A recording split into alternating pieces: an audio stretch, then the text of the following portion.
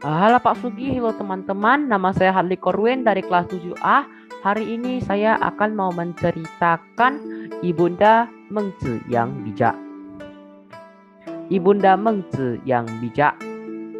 Di dalam kitab Tiga Aksara ada sebuah kalimat yang sudah tidak asing lagi bagi kita semua, yakni tempo dulu Ibunda Mengzi berpindah rumah demi mencarikan lingkungan hunian yang tepat buang Mengzi. Ibunda Mengzi bermaga Chang dalam perkembangan sejarah Tiongkok merupakan sosok pendidik anak yang sangat tersohor. Ketika Mengzi berusia 3 tahun, ayahnya meninggal dunia. Ibundanya menunun kain untuk menafkahi keluarga, mencurahkan segenap perhatian dalam membesarkan Mengzi. Oleh karena rumahnya berdekatan dengan kuburan, maka itu Mengzi bersama sekelompok anak-anak bermain-main meniru iring-iringan orang yang mengantar jenazah ke pemakaman. Ibunda Mengzi menganggap ini tidak bermanfaat bagi perkembangan anak. Maka itu dia membawa Mengzi pindah ke tempat yang berdekatan dengan perkotaan.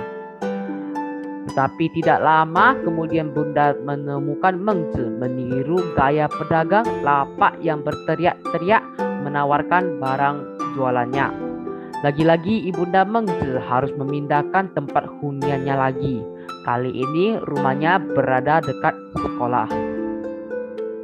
Pada masa itu guru di sekolah bukan saja mengajari murid-muridnya membaca puisi dan mengetahui tata krama untuk menjadi manusia yang seutuhnya, namun juga mengajari murid-murid tentang bagaimana dalam keseharian memperlakukan orang lain, makhluk hidup dan benda mati, serta menangani masalah.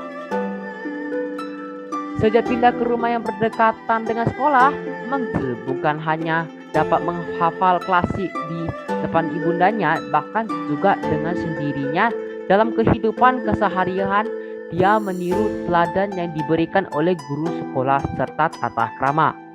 Ibunda Mengzi melihat manfaat pendidikan yang telah diberikan oleh sekolah, maka dia memutuskan untuk menetap di tempat hunian tersebut. Hal ini kemudian dikenal dengan sebutan Ibunda Mengzi berpindah 3 kali. Tersebar luas turun temuran hingga sekarang. Nah, ini fotonya. Setelah dewasa dan menikah, Ibunda Mengzi juga tidak lupa untuk tetap memperhatikan hal-hal yang sekecil-kecilnya dalam kehidupan keseharian, membantu Mengzi untuk memperbaiki dan meluruskan etika moral yang masih belum sempurna. Suatu hari cuaca sangat panas, Mengzi kebetulan hendak masuk ke dalam kamarnya. Tiba-tiba dia menenggahkan kepalanya dan melihat istrinya yang bermarga You mengulup lengan bajunya ke atas hingga tampak kedua lengan tangannya. Orang zaman dahulu harus berpakaian dengan menutupi keseluruhan tubuhnya, jadi tidak boleh ada bagian tubuh yang tampak selain wajah dan kepala. Mengzi yang sangat menjunjung tinggi tata krama, hatinya sungguh tidak senang, sehingga menghentikan langkahnya dan tidak jadi masuk ke dalam kamar. Orang zaman dulu sangat meniberatkan pada hubungan pria dan wanita yang berlandasan pada tata krama. Andai kata bukan satu keluarga atau hubungan khusus, maka pria takkan sembarangan masuk ke dalam kamar wanita. Istri Mengzi melihat suaminya yang tidak jadi masuk kamarnya, mengerti akan perilakunya sendiri. Sang istri amat bersedih hati hingga memutuskan minggat dan pamit pada mertua perempuannya. Saya melihat suamiku sendiri berdiri di depan pintu kamar. Sesungguhnya saya tidak melanggar tata krama untuk tamu. Kini suamiku menggunakan tata krama tamu dalam memperlakukan diriku. Ini berarti saya tidak berperilaku dengan baik. Barulah suamiku memandang diriku sebagai tamu. Sebagai tamu, maka seorang wanita tidak boleh bermalam di rumah tersebut. Jadi sekarang saya akan pamit pada Anda, pulang ke rumah orang tua saya. Mendengar ucapan memantunya, Ibunda Mengzi segera memanggil putranya datang menghadap. Mendengar suara bunda memanggilnya, Mengzi tidak berani lalai dan segera hadir di depan ibundanya. "Ibunda memanggil Anda. Ada apa, gerangan?" Ibunda Mengzi menjawab, "Di dalam liji tercantum bahwa waktu masuk ke dalam ruang tamu maka suara harus ditinggikan sedikit agar orang yang berada di dalam rumah mengetahui ada tamu yang datang dan memiliki persiapan diri. Andaikan kita hendak berjalan di kamar, setelah kaki melangkah melewati sekat pembatas pintu, sepasang mata harus melihat ke arah bawah untuk menghindari melihat keselipan orang lain, sehingga orang lain tidak merasa kikuk. Kini terhadap tata krama, kamu masih juga tidak memahaminya, malah menyalahkan orang lain. Bukan ini terlalu bertentangan dengan semangat tata krama tersebut?" Setelah mendengar ucapan ibunda, Mengzi melakukan introspeksi diri dengan mendalam bahwasannya diri sendiri terhadap tata krama masih belum memahaminya secara benar. Rasa malu muncul dengan sendirinya. Tampak dirinya memberi penghormatan kepada bunda dan berkata, "Terima kasih atas didikan dari bunda, membantu Ananda menunjuk letak kesalahan dan memperbaikinya, sehingga Ananda dapat selangkah lebih maju dalam mengenal tata krama. Kini Ananda telah tahu bersalah, pasti akan dengan serius melakukan introspeksi diri dan memperbaikinya. Mohon bunda tidak khawatir." Setelah Mengzi selesai berkata pada ibunya, di hadapan bundanya dia membalikkan badannya menghadap istrinya, lalu melakukan penghormatan meminta maaf dan berkata, "Kejadian tadi adalah kesalahan aku, sehingga Anda merasa telah diperlakukan secara tidak adil. Kini dengan kesungguhan hati saya memohon agar dirimu bersedia tetap tinggal di sini." Sang istri yang melihat Mengzi begitu tulus, dengan senang hati menganggukkan kepalanya. Pada saat ini, dari wajah ibunda mengalir keluar senyuman memuaskan.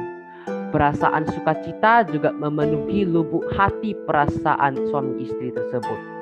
Sang muda yang penuh pengertian telah mempertahankan kebahagiaan rumah tangga putra dan menantunya. Konfusius berkata bahwa seorang kesatria senantiasa mawas diri dalam setiap ucapan dan tindakan sehingga terhindar dari melakukan kesalahan. Dalam berinteraksi dengan orang lain senantiasa menjaga tata krama, sopan dan rendah hati. Inti dari tata krama adalah bentuk penghormatan pada manusia dan makhluk lainnya, dan bukan dengan menggunakan tata krama untuk menghakimi orang lain. Dapat dilihat bahwa tata krama terlebih dulu adalah mengandung sebutir hati cita kasih yang setiap saat dapat merasakan apa yang dibutuhkan insan lain, lalu dapat mewujudkan ke dalam adalah menjaga ketulusan dan rasa hormat. Di luar adalah harmonis dengan insan lain. Hanya dengan demikian barulah tata krama dapat menjadi cara yang fleksibel dalam jalinan hubungan antara sesama manusia. Kemudian Mengzi mewarisi dan mengembangkan pemikiran Konfusius. Sepanjang hidupnya dia mengalahkan sistem pemerintahan yang kebajikan. Ajaran Konfusius dalam perkembangan sejarah Tiongkok selama beribu-ribu tahun telah menjadi pemelihara keharmonisan hati insani. Pendidikan merupakan unsur penting bagi jalinan hubungan antar manusia untuk menciptakan kondisi masyarakat yang stabil. Mengzi juga oleh karena alasan ini sehingga kelak di kemudian hari orang-orang memberikan gelar sebagai insan suci kedua. Orang Tempo dulu berkata, kandungan wanita adalah tempat insan suci dan bijak dihasilkan. Pendidikan dari Buddha merupakan sumber bagi perdamaian dunia. Bila kita mengamati perkembangan sejarah budaya Tiongkok yang panjang, tercatat ada 3 wanita mulia dan kinarcico. Di antaranya adalah Ibunda Konfusius yang bermarga Yan, Ibunda Mengzi yang bernama Chan, dan masih banyak sosok ibunda mulia lainnya yang tak terhitung jumlahnya. Mereka telah mengerahkan segenap kemampuan untuk menjaga kemurnian batin anak-anak sejak usia mereka masih dini, menetapkan dasar pendidikan keluarga bagi putra-putri untuk melangkah ke arah kehidupan manusia yang berbijaksana. Sekian dari cerita dari saya. Mohon maaf jika ada kata yang kurang berkenan. Terima kasih.